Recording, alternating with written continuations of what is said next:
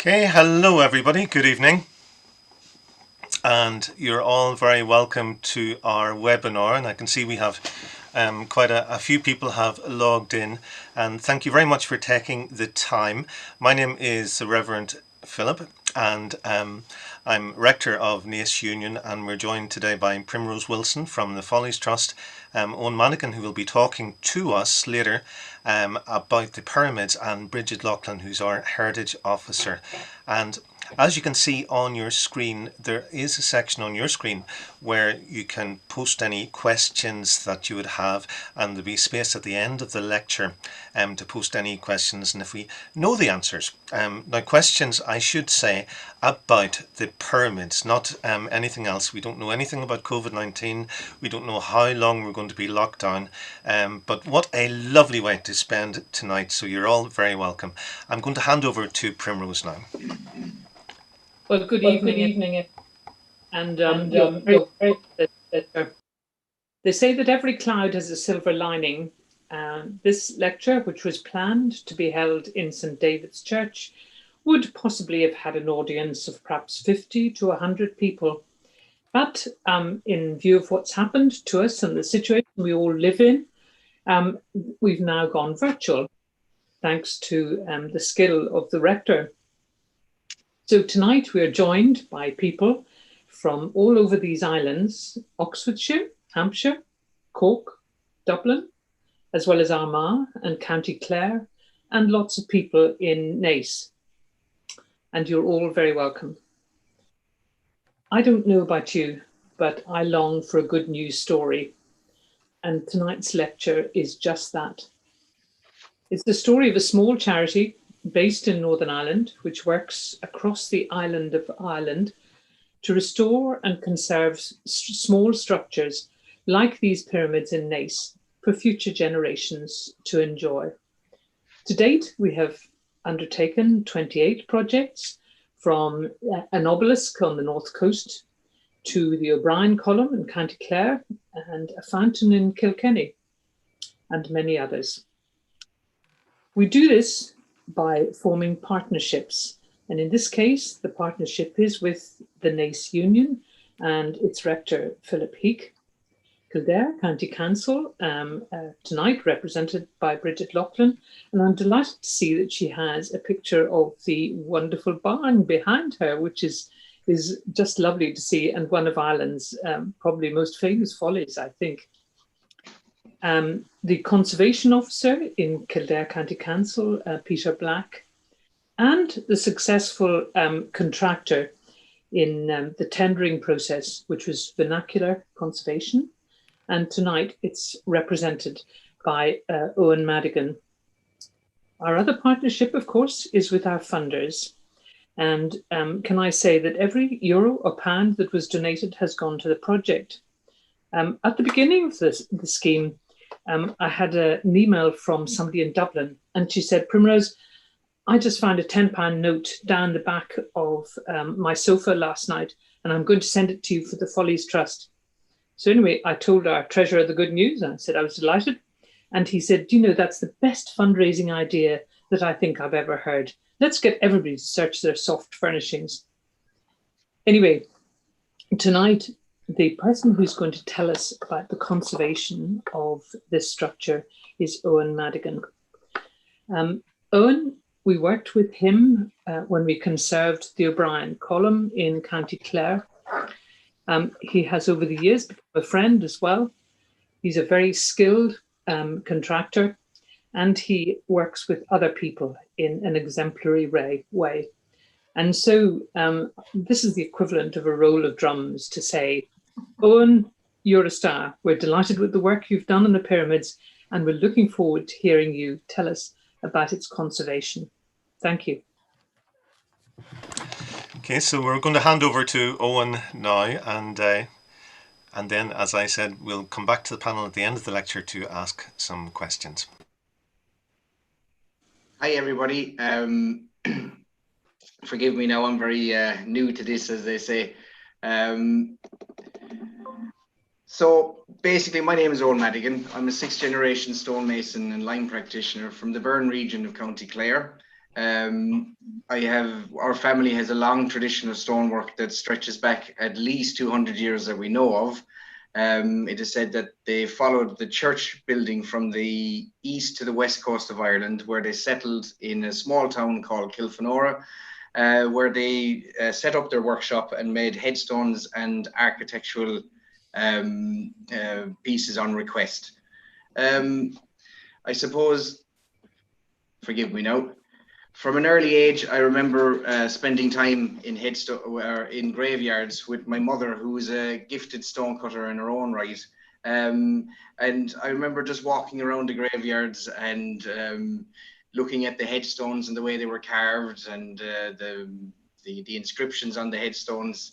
And I suppose this is where my love of stone cutting and all that entails started, basically. Like, in 2000 and sorry, excuse me, just here, this is just some of the work that my family did, and this ledger stone here was carved by my great grandfather in 1820, and this is I suppose the only bit of evidence we have that we knew that we were carvers back then, because it actually has his name on it and it has the date on it, so we know definitely that this is from 1820.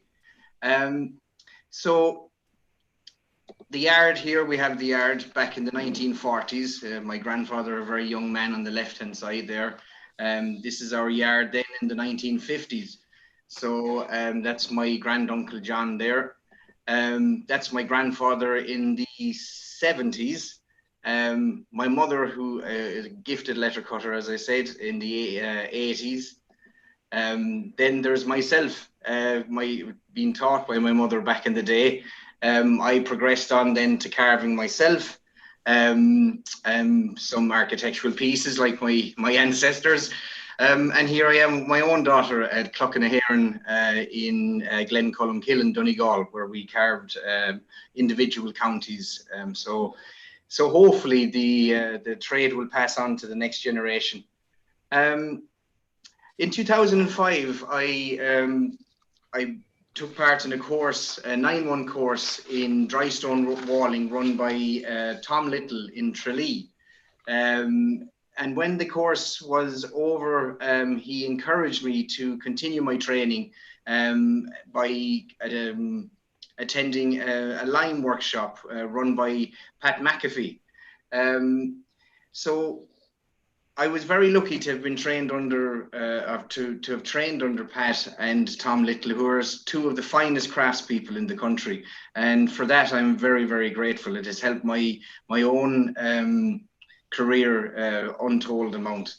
Pat encouraged me then to join the Building Lime Forum Ireland, where I gained knowledge and hands-on experience through wonderful workshops and volunteer groups. In 2014, I was fortunate enough to win a scholarship with the Society for the Protection of Ancient Buildings, the SPAB, in a year-long fellowship tour of the UK. The SPAB was set up in 1877 by William Morris in response to the needless architectural restoration being carried out by the Victorians. They believe in conservation over restoration, and that a repair done today should not confuse history tomorrow. Coincidentally, William and I share the same birthday, and due to some recent haircuts or lack of haircuts, this has led some people to think that I'm actually starting to morph into him. So the fellowship offers advanced training in historic contracts, and as part of a group of 3 young conservation architects and 3 craftspeople, we crisscross the UK and Ireland, working and living alongside some of the finest conservation professionals and practitioners in the business. Here is just a taste of some of the things we got up to, I suppose, whilst on the fellowship. Here we are in Hampton Court Palace, where we were up into the roof with the barley twist chimneys, very, very intricate chimney and brickwork, where we were trained in brick manufacture and brick gauging by master crafts lady Emma Simpson. We moved on to Blenheim Palace, where again we were up in the roof and getting hands-on and in-depth info from master carvers and professionals. We went on then to thatching, and this is one of the biggest thatched structures in the UK. And you can see there's a hell of a lot of people up on that roof there. So we went on to Scotland then, where we learned some blacksmithing, getting our hands dirty basically, and learning the tricks of the trade. The training the SPAB offers will never make you a master craftsperson in many different trades, but what it will do as a contractor, it will allow you to basically to see if the subcontractors you're employing are able to do what they say they can do. And to be quite honest, it was a serious benefit for me just coming home to Ireland and being able to know what I'm looking for when I'm asking people to subcontract work. This is glazing in Glastonbury Cathedral, the west window, 13th century. It's beautiful work. So I suppose then this is not the first time Vernacular Conservation and the Follies Trust have come together. In 2016, we worked together in conserving a small relieving well at Ardnacra, and again then at O'Brien's Column. It's in Bridgetwell, near the Cliffs of Moher. I suppose this is the reason I was talking to Primrose. I was saying, from living locally, I'd seen that the urn at the top of the column had been starting to list and the stonework was starting to spread. And I remember when Primrose came to visit to look at Ardnacra well, I said to her jokingly, if you ever won the lottery, I'd love to see this place or this structure conserved. So I brought Primrose down, and as you can see, just by the look in her face, I don't know whether she was holding her face in horror or actually was just trying to have a look at the column. But within a year, the Follies Trust had worked their magic, and thankfully, work began on the column. So here you can see the scaffold going up. It was 8 flights of scaffold, very intricate scaffolding. So you can see the fully wrapped scaffold there. Then it was up to the top of the scaffold where we can now see the drum and the urn itself. So when we got up to the top, I had a scaffolder come up to me and goes, you know, that thing is rocking back and forth there, like. And I said, well, what do you mean? So he started pushing the urn at the top, and lo and behold, it was moving. So I said, be careful there, because I said that urn weighs about half a ton, so you don't want that coming down through the scaffold. So we decided to start taking the urn apart, because, as I said, we had to deal with the listing and the stonework that had been splayed out through the movement of the urn itself. When we got down then to the urn itself and the dowel that was meant to be there, we discovered to our horror that all that was holding that urn was about 2 inches of corroded steel. Once we saw this, we knew that there was bigger problems with the dome, the urn itself. So in came the big guns. We had to get a crane, and we dismantled the 23 pieces of stonework, removed them down to ground level, and we started to prep and rebuild them. Subsequently, this is where I met my now co-director, Dom Keogh, the man with the walkie-talkie on the left-hand side. He had the fortune of training alongside and under some of the finest master craftspeople in the country as well. And he spent 4 years with a master stonecutter, Christian Helling, in Cork. So myself and Dom immediately struck off a great rapport, and we were very similar minded in our, I suppose, our passion for conserving our built heritage. And it was there, I suppose, where this was 2017. So it was there really the sparks started for vernacular conservation. We dismantled the urn right down to the abacus level, moved everything down to size or down to ground level, prepped all the stonework, the 23 pieces of stonework, on average weighing about 250 kilos to 350 kilos each. We then rebuilt the urn, and using all indigenous Irish mortars, hotline mortars, and it did take a while, but we took our time, we did things meticulously, we had the right team on board, and we got to rebuild the urn. And there we have it in its splendor, I suppose. But thankfully, we've managed, and through the Follies Trust, we've preserved this structure for at least another 100 years. I suppose then, when Primrose rang me and said, would I be interested in tendering for these two beautiful structures in Maudlin Cemetery, I was actually working nearby on an estate house, and I said, sure, I'll pop over there and have a gander, and we'll put our heads together. So from dealing with the column, I said to myself, these pyramids, they look fairly structurally sound. There doesn't seem to be anything wrong with them other than the big tree on the left-hand side. The East Pyramid, as we'll call it. So we could see that there was going to be some vegetative growth issues, but nothing too drastic, we thought. So we made a preliminary site visit. We saw that there were trees basically growing out of the structure itself that had displaced some of the stone and dislodged it, and some of it sadly had fallen out, and that was it. It was gone. We could not find it. So we knew then that there were going to be replacement stone needed for it. So just dealing with the structural issues themselves was one thing, but then we had to find replacement stone. So we started to see it was a little bit bigger than we'd first planned. You can see here the vegetative ingress had literally dislodged all the stone. It had gone in behind the structure itself, and from experience we know that roots can cause damage, but this job has shown us the true extent of vegetative ingress in solid masonry units and the damage that vegetative ingress can do. Not only had we vegetative ingress, but we then had to deal with the cementitious mortar that had been used to repoint the structure. We have a term for cement in our company, which is called the devil's cream. We believe that this is probably the worst type of mortar you can use when you're conserving our built heritage. The turn of the 1900s is when the real Portland cements, as we'll call them, came in, and people thought they were wonderful. They thought it was the new wonder drug for building, that basically no water would get in or get out.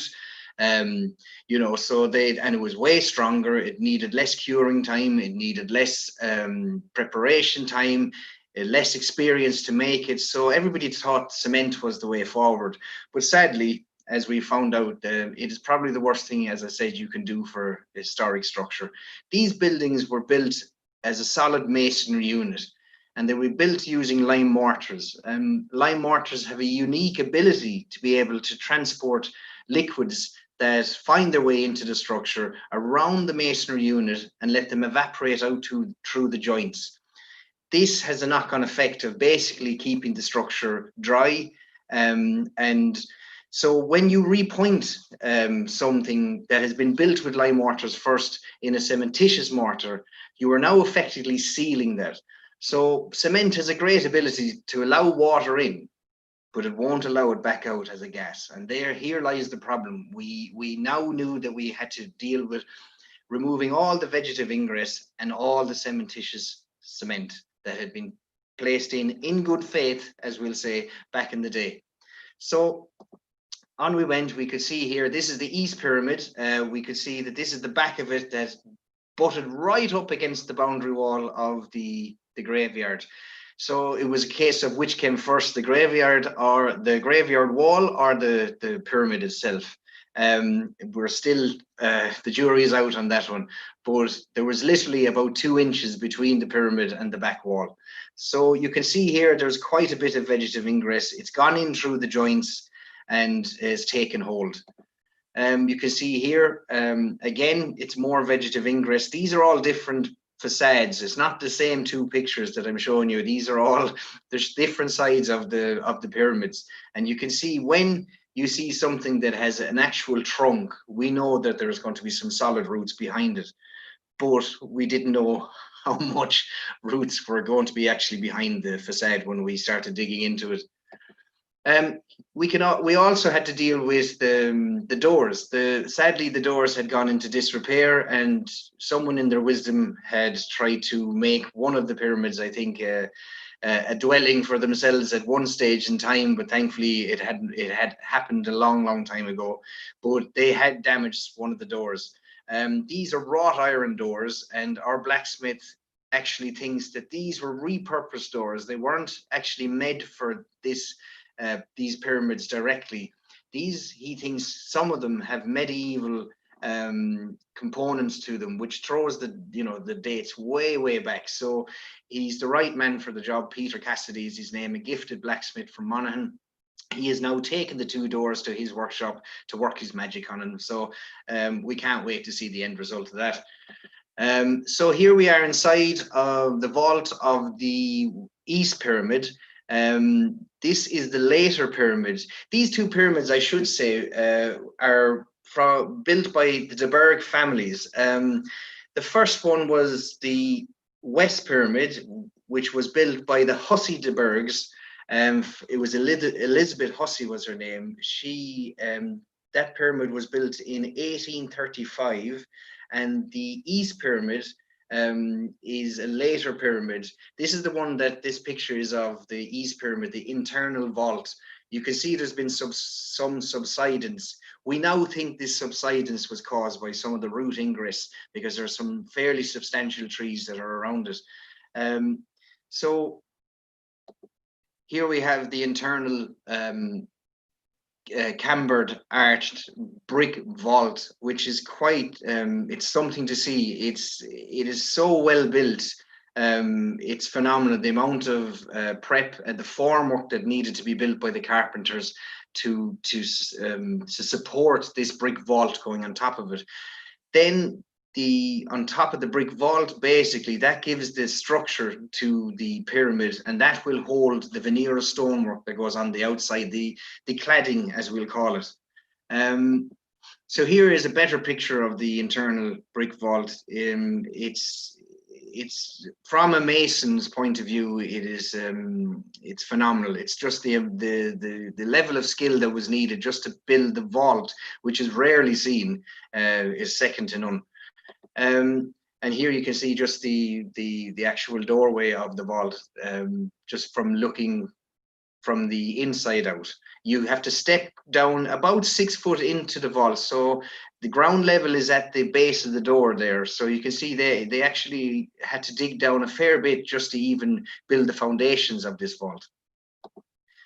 So here we have the door of the West Pyramid, a smaller door in better repair than the East Pyramid, but still in disrepair. So the blacksmith again found components that throw this door further back than the 1800s. So we think the actual door surrounding the doors actually came from a different structure and were repurposed in these pyramids.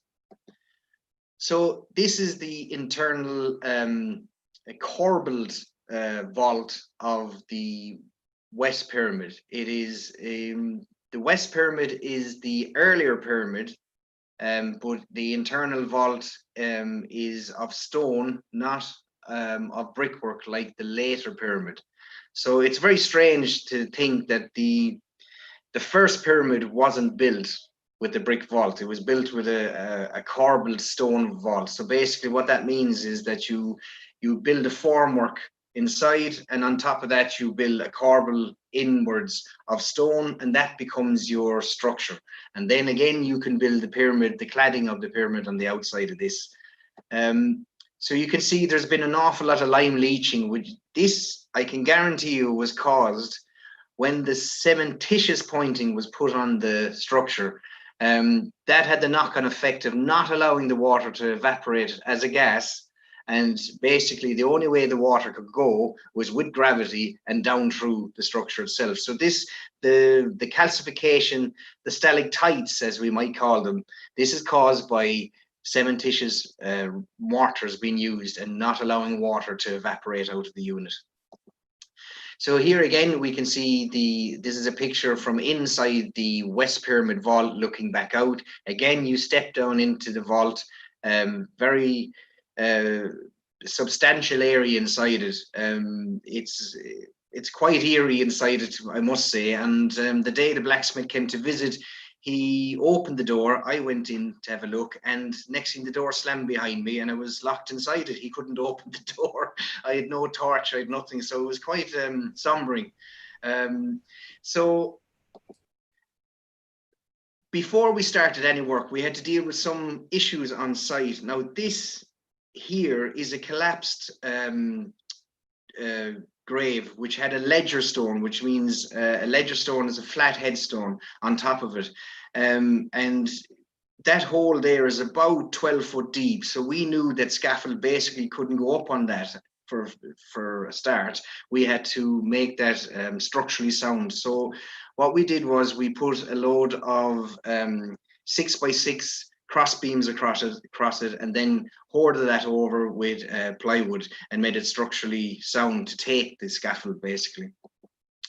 So this is on day one. We were basically arriving to site, having a good gander around, getting everything prepped and ready for the conservation of the West Pyramid.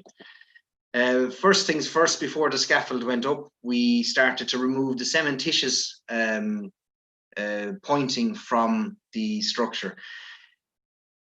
People might think that this form of approach is very drastic, but in our experience, this is the lesser of two evils. With a skilled hand, the grinder is probably the best way to take out cementitious pointing, because if you don't use a grinder, you have to hit the stone so hard that you actually end up breaking the corners and arises off the stonework, which it's unsightly for a start, but it is historic fabric which you don't want to damage. What you do with the grinder is you cut straight down through the joint, right through the middle of the joint, and this allows you then to tap from the top and the bottom. And because you have taken that middle section of the joint out with the grinder, it then allows a point of least resistance. So the pointing literally falls out once you give it a crack of the hammer.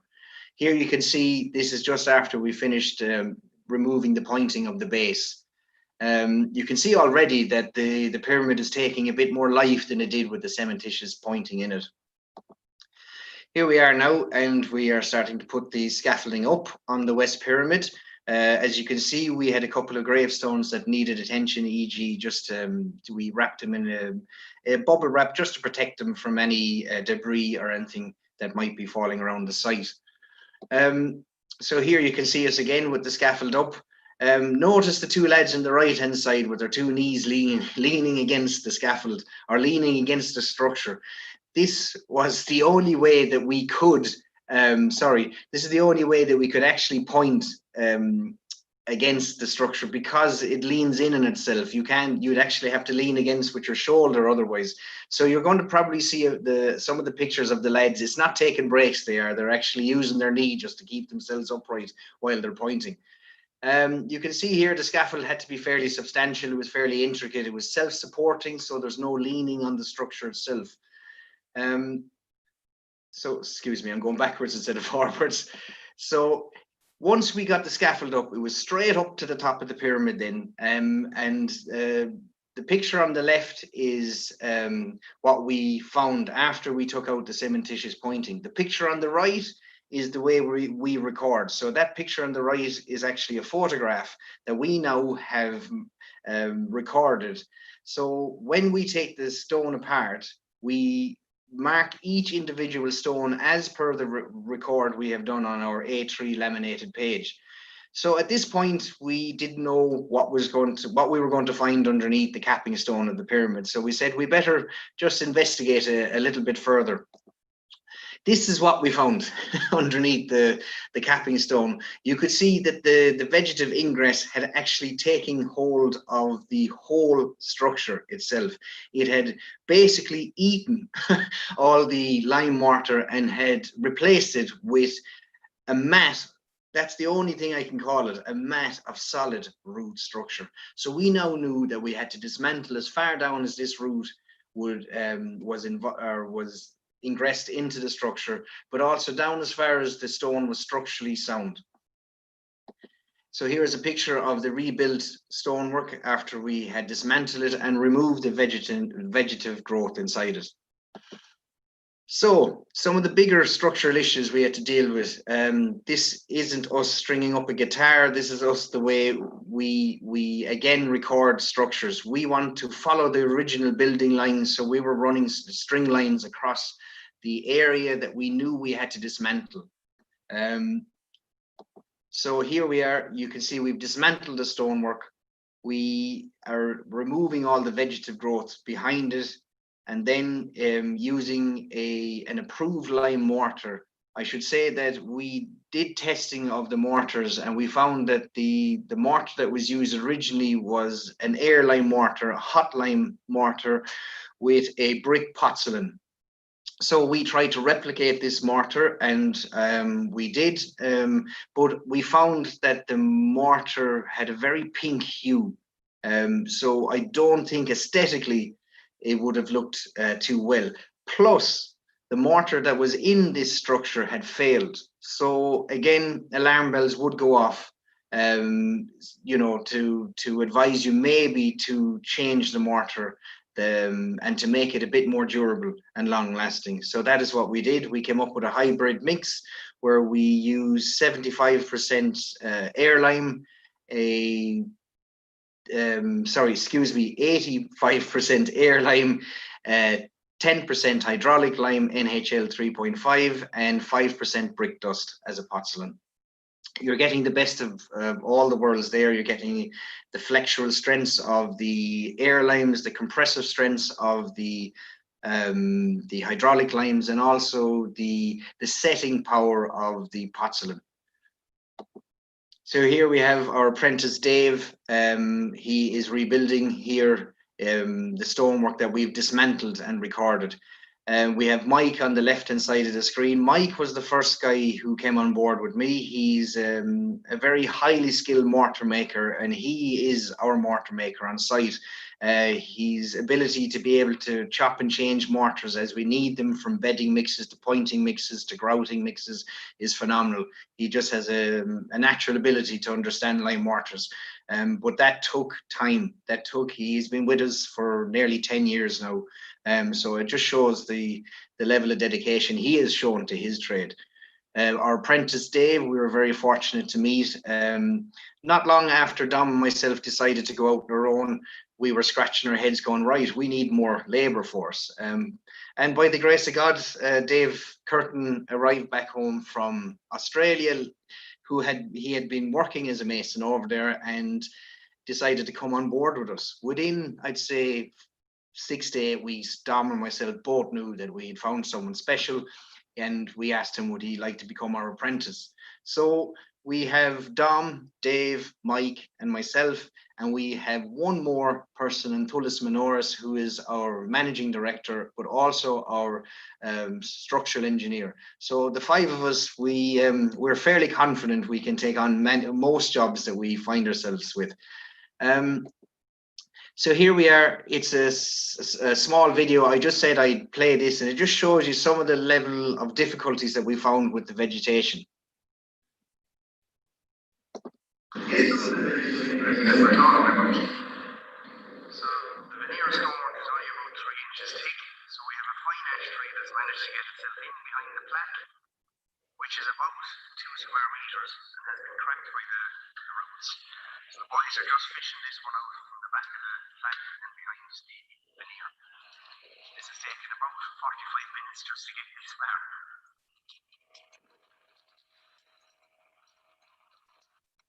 Now, this vegetative ingress could only have got in through some of the joint work, which is about a centimetre in thickness. So it just shows you the power of vegetation.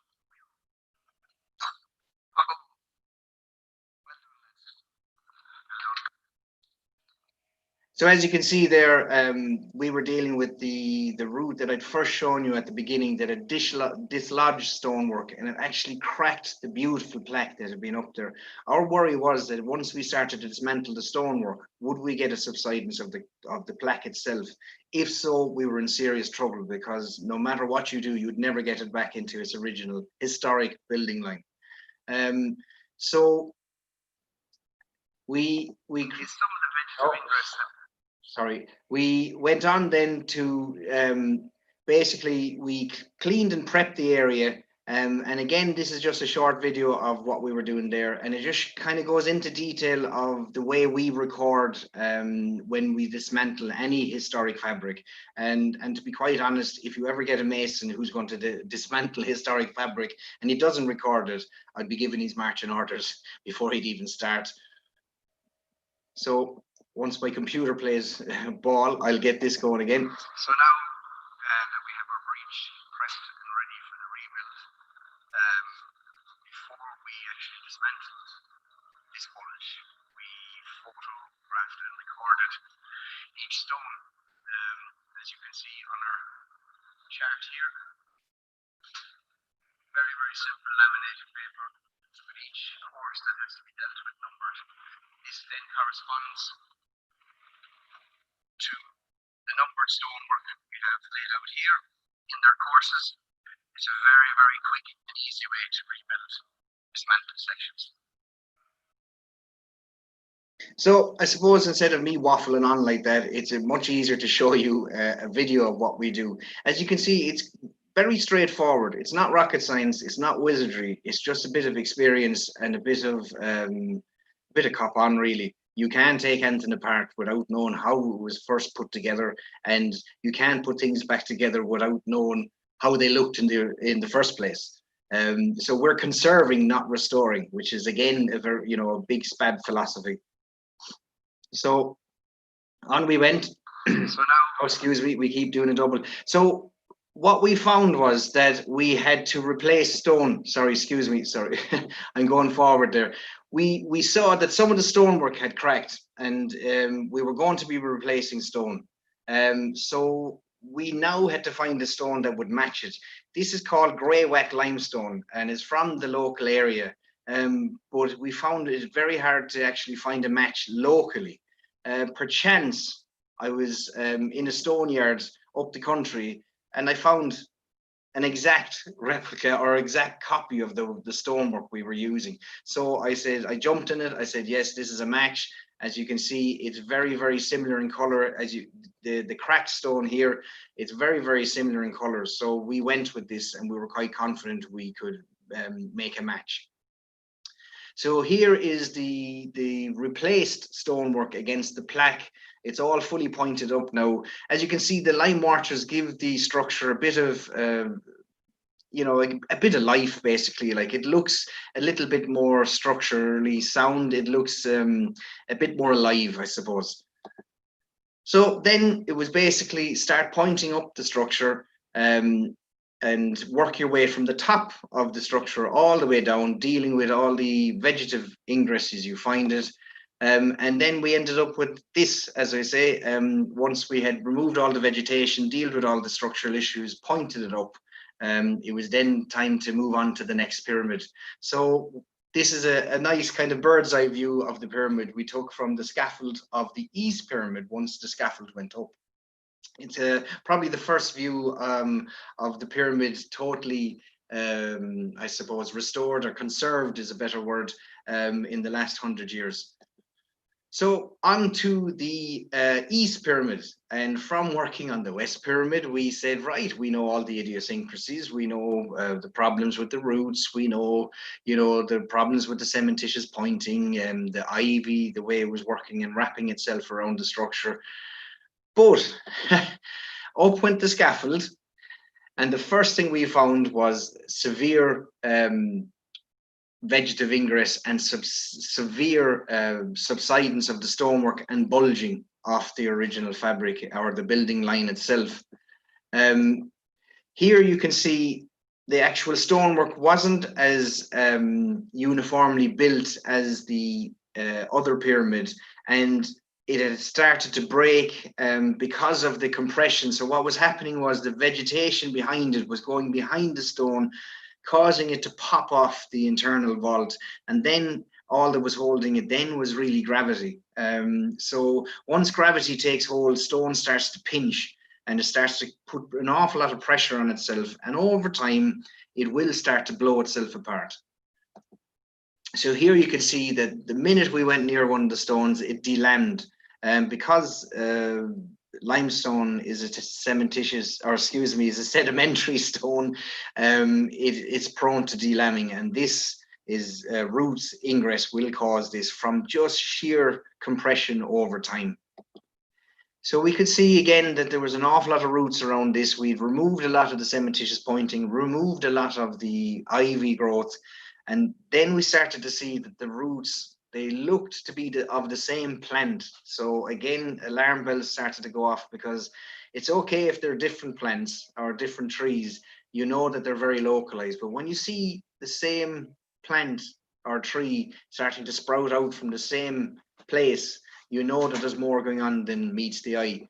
So here's another short video that we recorded on the East Pyramid, which goes into detail, I think, of the true effect of root damage on historic structures.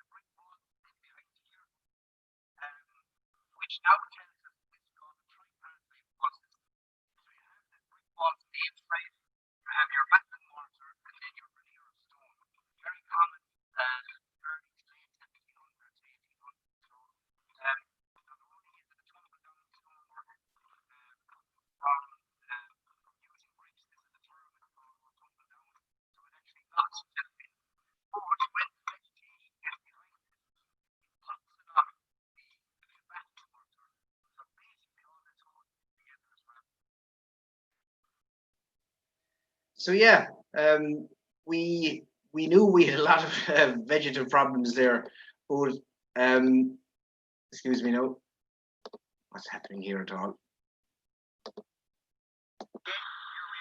Sorry about that. Here's I'm having technical difficulties. It's not my forte, but we just want to show the way that the roots went around. They wrapped themselves right around the structure. The one tree was wrapping itself right around the structure. And here's just a small video of what we found with one tree.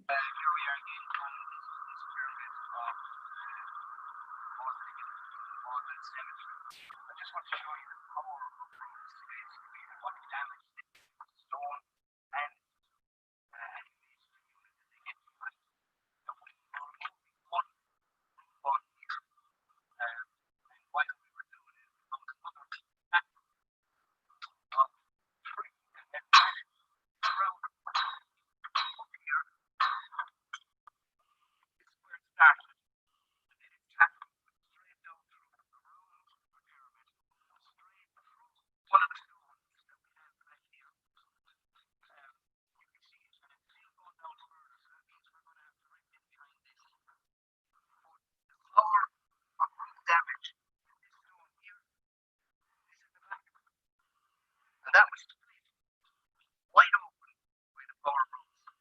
So really, truly, ready to go military unit stonework.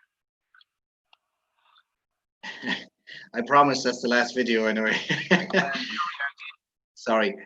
So here we are, I suppose, on the west facade of the East Pyramid. So off went Dom. He recorded all the structure, started to dismantle the stonework. I said, that's fine. It looks really well. He dismantled it. You can see that what we had to do, I don't know if you can just see above the dismantled area, there's another area that we actually had dismantled and rebuilt. Instead of building from the bottom up, we actually had to dismantle this from the top down and make the area above it structurally sound. So we had to dismantle, as I said, from the top down and rebuild from the top down. So once we had that area built, Dom went on and he rebuilt the next area.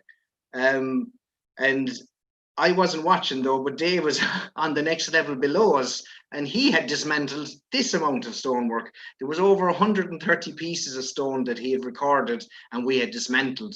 So think about it, a jigsaw puzzle with 130 pieces in it that, you know, you're not fully sure how they went back together, but thankfully with pictures and recording, it helps us. So we successfully put the 130 pieces of stonework back in their original building line.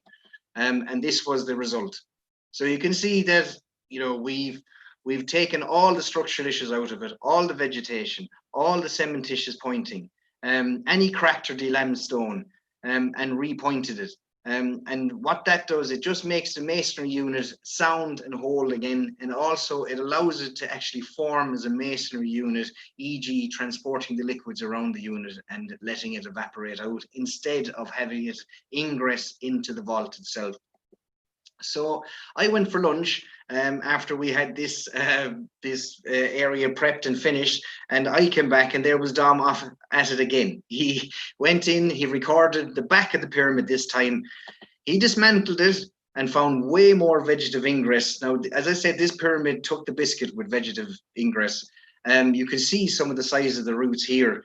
So fair play to Dom. He did what he had to do and he rebuilt that area again. This all was happening the day before Minister Noonan arrived. So I was here, look lads, I'm not going to be ringing Primrose telling her that the pyramid is basically in a state of collapse. We need to get our fingers out now and get this rebuilt as quickly as possible. We were honoured to have the minister arrive. He was very receptive to what we do and what we're about, and the fact that we want to promote craft training in Ireland.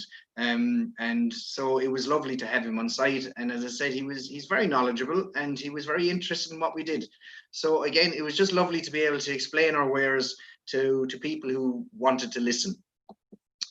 So once the minister had left and we dealt with all the structural issues, it was then the same as the other pyramid. We started at the top, worked our way down and started pointing, dealing with all the vegetation at the base of the pyramid, and then pointing it all up. And then here's a picture of Michael. Now, Michael is a gifted mortar maker, and he's not just throwing mortar up and down his hand there for the love of it. He's actually testing the mortar. The mortar should be able to stay together when you throw it and land in your hand without staining your hands. So Michael, by doing this, knows that he has the mortar to the right consistency that we need. So again, we pointed it up. This is another vital part of line pointing, where you strike it back with a churn brush, excuse me. What you're doing there is you're compressing the joint, but you're also opening up the pore structure and allowing the unit to breathe better. So there we are, we have the pyramid wrapped up. So we have to, aftercare this is called, and you wrap the hessian, you wrap the pyramid in a hessian roll first and then a plastic cover to keep the rainwater off it. So here we have the finished product as of this morning. The doors have been taken away to the blacksmith. So you can see that all the vegetation, all the bulging is all now gone. The cementitious pointing has been removed and repointed in the airline mortar. And here we are at the back of the structure that Dom had dismantled and rebuilt. And here we are again this morning. This is probably the first view of the two pyramids that have been restored, as we'll call them. I think they're beautiful. The lines, the building lines in these are phenomenal, and we're just delighted to be a part of it. So here we have the first pyramid that we were dealing with.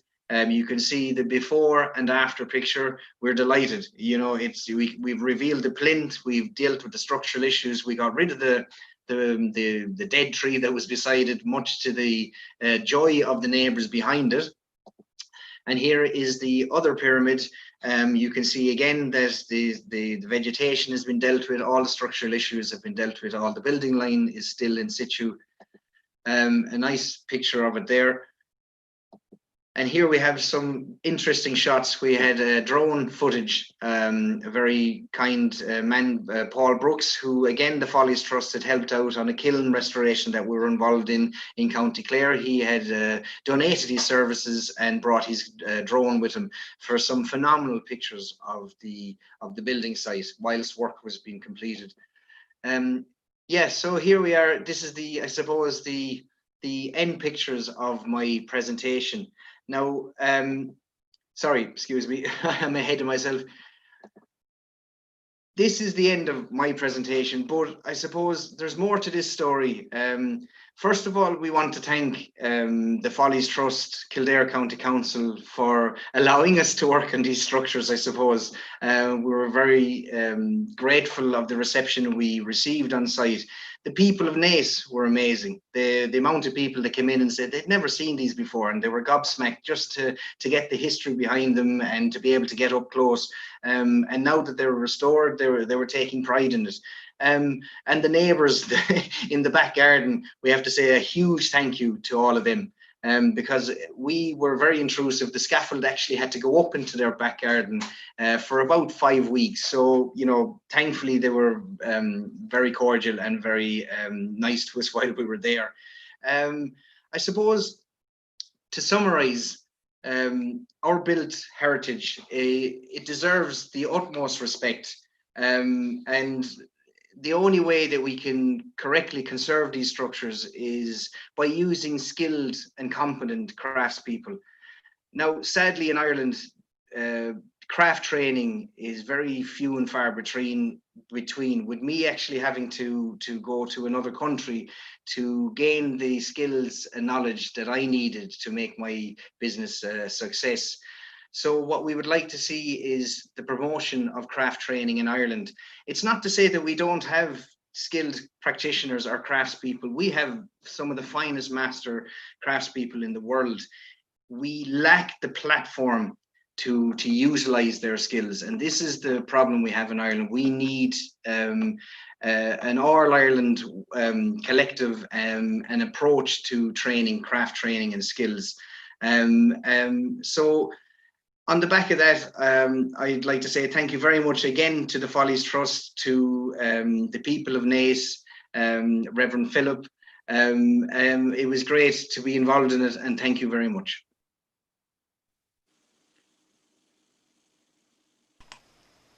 Well,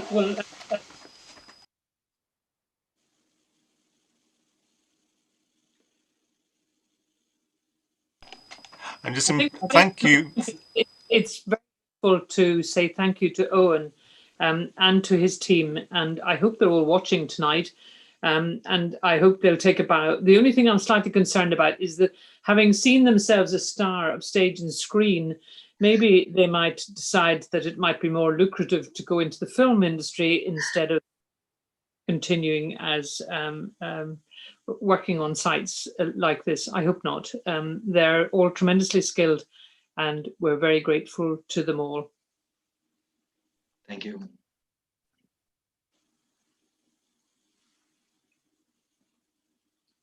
Now, I'm just looking at some of the questions and answers.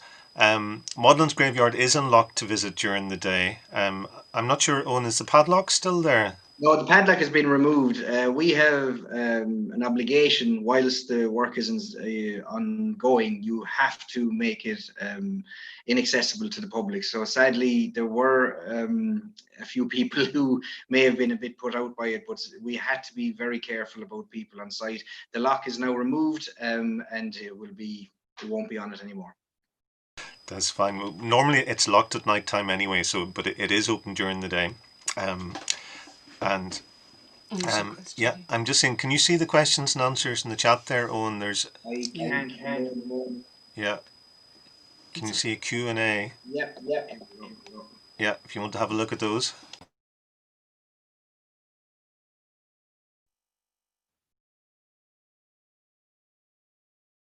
Okay, so we have a question from Brian McCabe asking about the possible medieval metaling on the doors.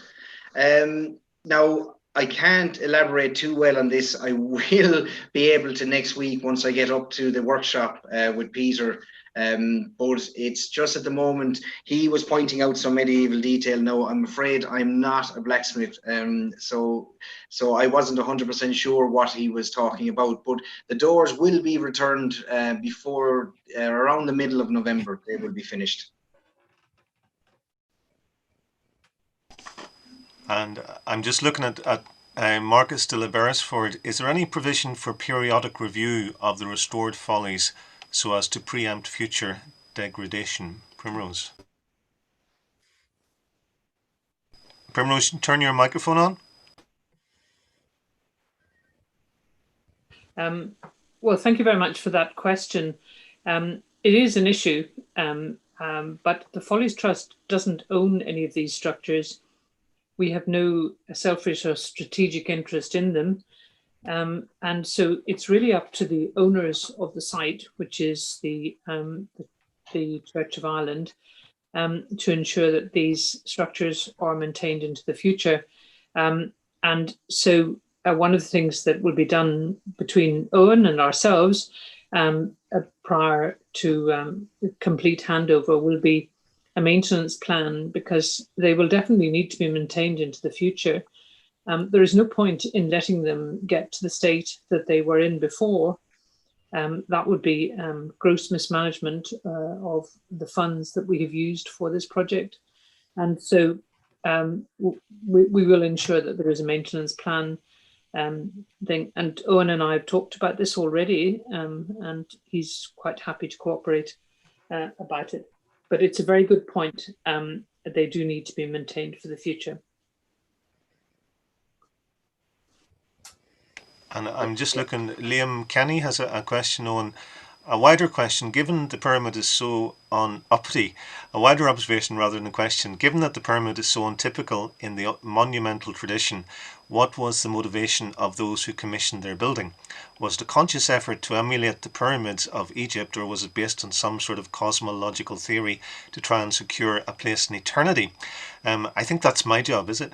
I don't expect anybody to know the answer to this, but just speculating, given the almost unique nature of the pyramid as a monument. Any comments from the panelists on that? Well, you need to put your microphone. Well, I'll hop in there. I suppose the pyramids, again, the pharaohs, they had, the afterlife was played big in their mind, as it does with most people, and the pyramids have always been a historic reference to, I suppose, the afterlife and prolonging the spirits of in the afterlife. But there seems to have been an interest around the 1800s in pyramids and mausoleums in general, just to preserve the not just the family name for eternity, but to hopefully preserve the person as well. I think there's been quite a lot written about this, and there's no doubt a question that it's one of those things that we could talk about for quite a long time. But Alexander Greig Thompson, who was an architect who did a lot of work in Glasgow, he gave a lecture in 1874 which was on the development of architecture, the spirit of the Egyptian style, in which he raised the possibility of the meanings in Egyptian architecture to express ideas.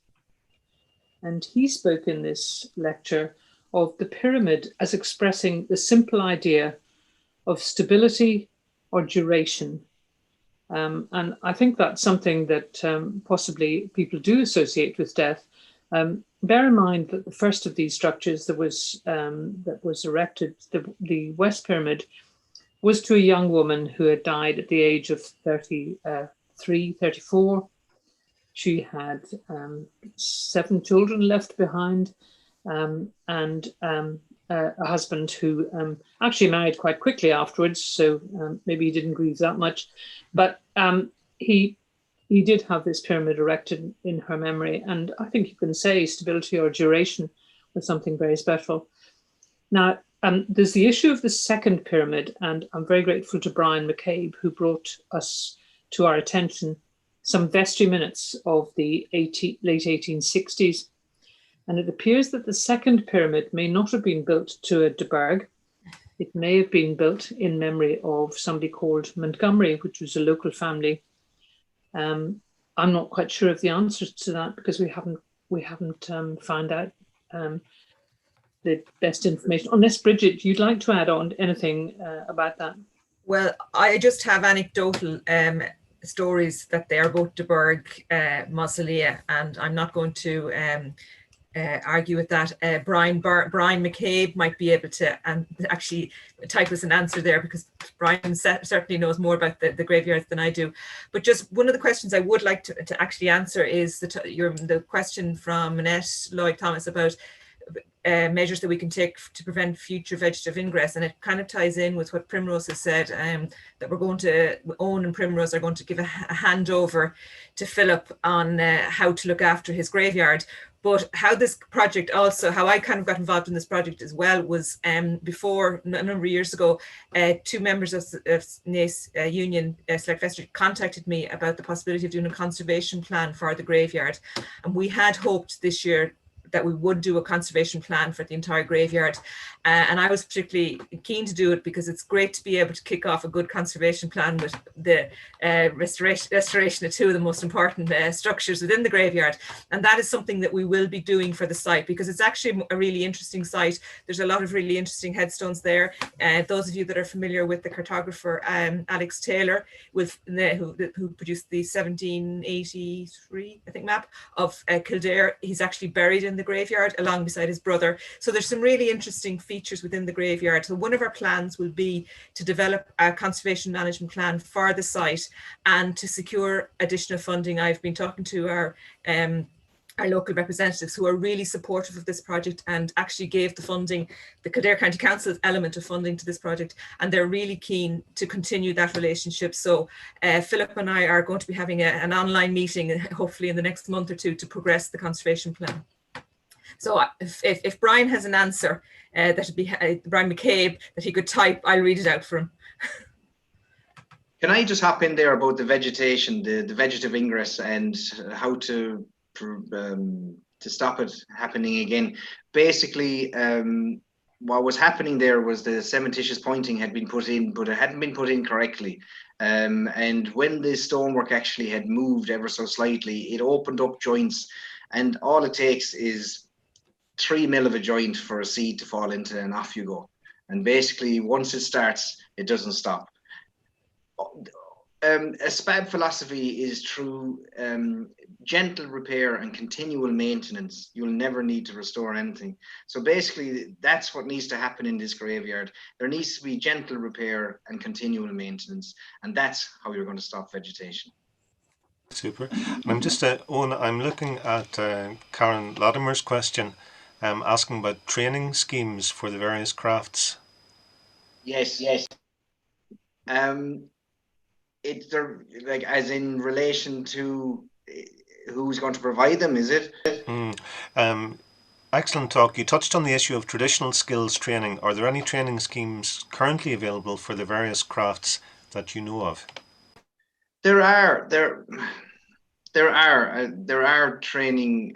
There is training out there. It's very, very localized and fragmented. The problem is, I trained in the UK with the Society for the Protection of Ancient Buildings. They are a platform that roll out training and continual learning. They promote group activity. They promote working parties where different trades come together in conservation and learn how to work alongside each other. This is the problem in Ireland. I find that the only time we get to work alongside each other is when we're on site. And when we're on site, we're trying to get a job done. So you're not really paying attention to what's going on around you. So our company, Vernacular Conservation Limited, we deal in training in masonry, lime mortars, and such. But we're only, one fragment of the holistic approach to conservation. We need a national input on this. We need basically government level input on this. We have the skilled practitioners. We just need the platform to be able to utilize them. Can I comment on that? Because I think it's worthwhile pointing out that Minister Noonan did visit us and took a huge interest in the skills that were visible on the site. He is very keen to advance the whole issue of training skills. And I know that there's a number of other initiatives taking place, particularly with the Department of Heritage, Housing and Local Government. I'm sorry, but I get confused with the changes of names. But Nessa Roach in particular has been involved there. And so there is very definite plans afoot. And I feel quite sure that with a minister like Minister Noonan in charge, that these will move ahead. But it's a very slow process, and it's not easy for everything to happen at once. But like Owen, I think it should be something that's done on an all-Ireland basis and not simply done in the Republic of Ireland and Northern Ireland. I mean, there's, for example, there's an initiative going at the moment in Northern Ireland, which is based in the workhouse in Enniskillen, which of course is very close to the border for those who live nearby. So, and thank you for that, Primrose. And there's a question from Susanna, and we've touched on that a little bit. Thank you, Owen, for such an interesting lecture, and I hope your daughter one day will take your fine skill to the next generation. Can you comment a bit on this next generation of craftsmen and women who will support their individual development to ensure follies such as these can be conserved in the right way? Right, there's a good one. A very interesting question. The next generation. Okay. I firmly believe that, again, to do our built heritage justice, we need to have skilled practitioners and craftspeople and professionals to get younger generation involved, to get children involved, kids involved. The SPAB, again, have a great way of doing it in the UK. They have working parties where they invite local schools to come visit a live site that we could be working on and to try out some of the different crafts, e.g. wattle and daub, letter cutting, different trades like that. Now, 9 out of 10 of those kids are going to go in and wreck the place. But there's always one that the light seems to go on. And it's at this age we really need to get in. We need to get them young. I'll tell you, if I had that opportunity as a younger teenager, I would have grasped it with both arms. I am not academic. I am a craftsperson. I learn different ways. So academia wasn't my route. I didn't go to college. I became a stonemason and a contractor, and I pursued my trade. But if I could have been introduced at a far earlier age into the possibility of a career in conservation or a career in crafts, I would have grasped it. Because I can tell you, I'm sure there are loads of kids in classes these days who would love to not drop out of school. I'm not saying that everybody should finish school, but people should have the alternative, instead of going to college, to go into an apprenticeship. Thanks, Owen. One of the things that really impressed me when I was down on site was actually what seemed like the everybody on site was very happy. You know, they seem like you genuinely have a passion for the work that you're doing and a love for the building, which was so impressive.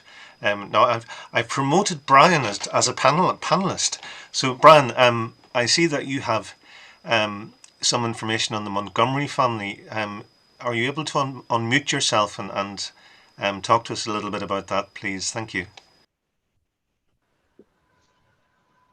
Okay. Can you hear me okay? We can indeed, yeah. Yeah, I mean, I don't have a great amount of information. As I said, there is that entry in the vestry minutes where it refers to the Montgomery pyramid. And I think, if I understood Owen correctly, I think he indicated that the masonry was slightly different on the other pyramid.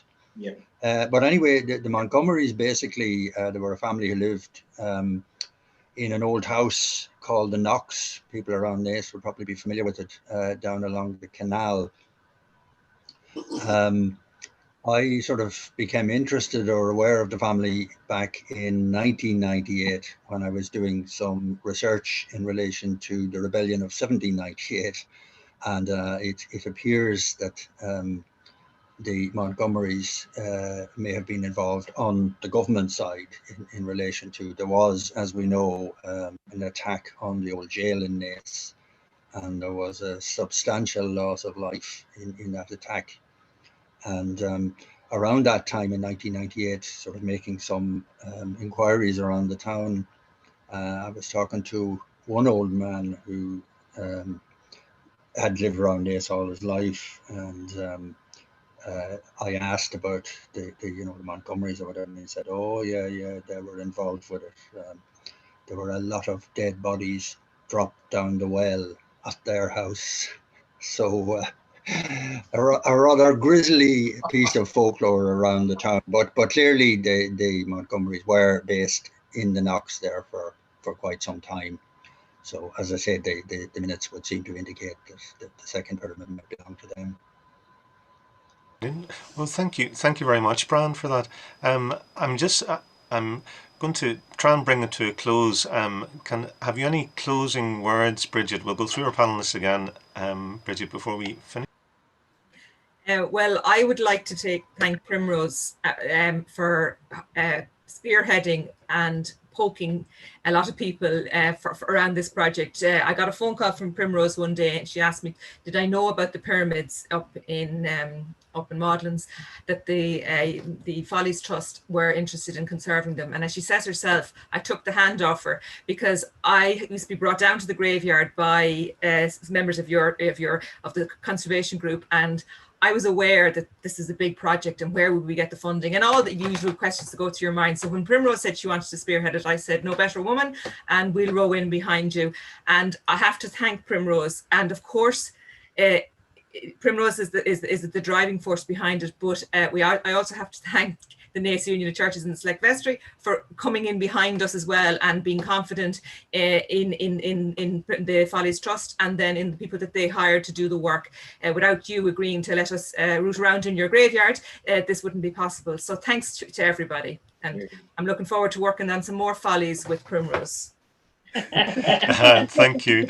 And for the Church of Ireland, I suppose we're custodians of the graveyard. We have a great privilege to look after them, but certainly it is something to be enjoyed by all of the community, by everybody, because the amount of history and memories, and even just to look at the gravestones and some of the messages that people had in them, it's right at the heart of Naas, is what I think.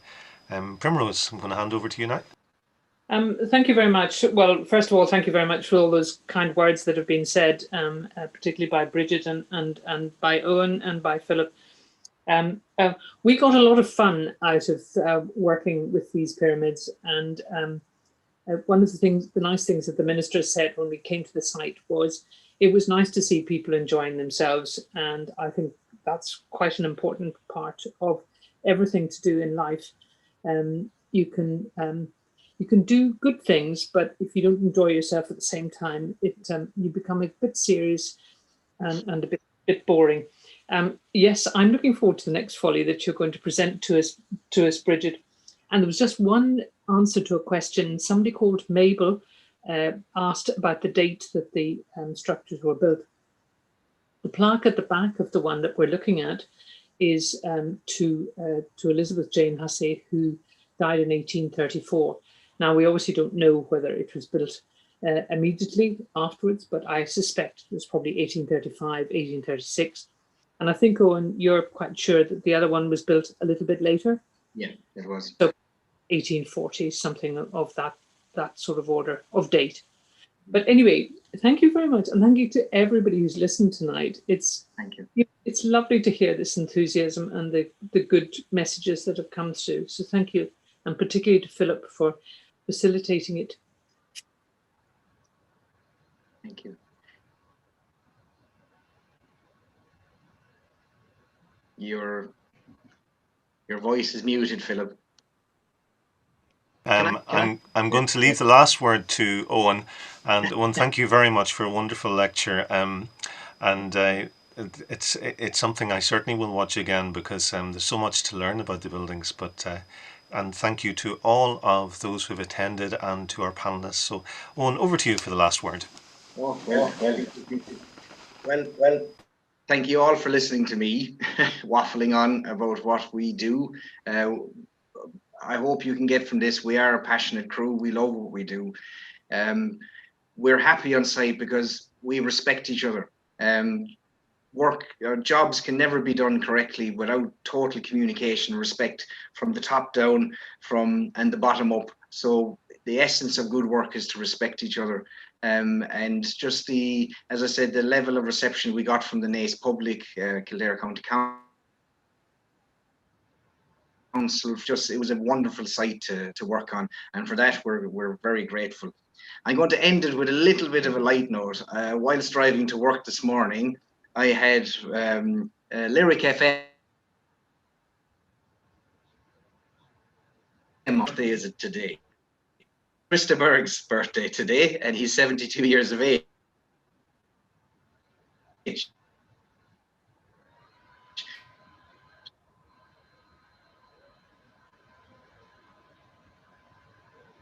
I'm going to bid you all and take care.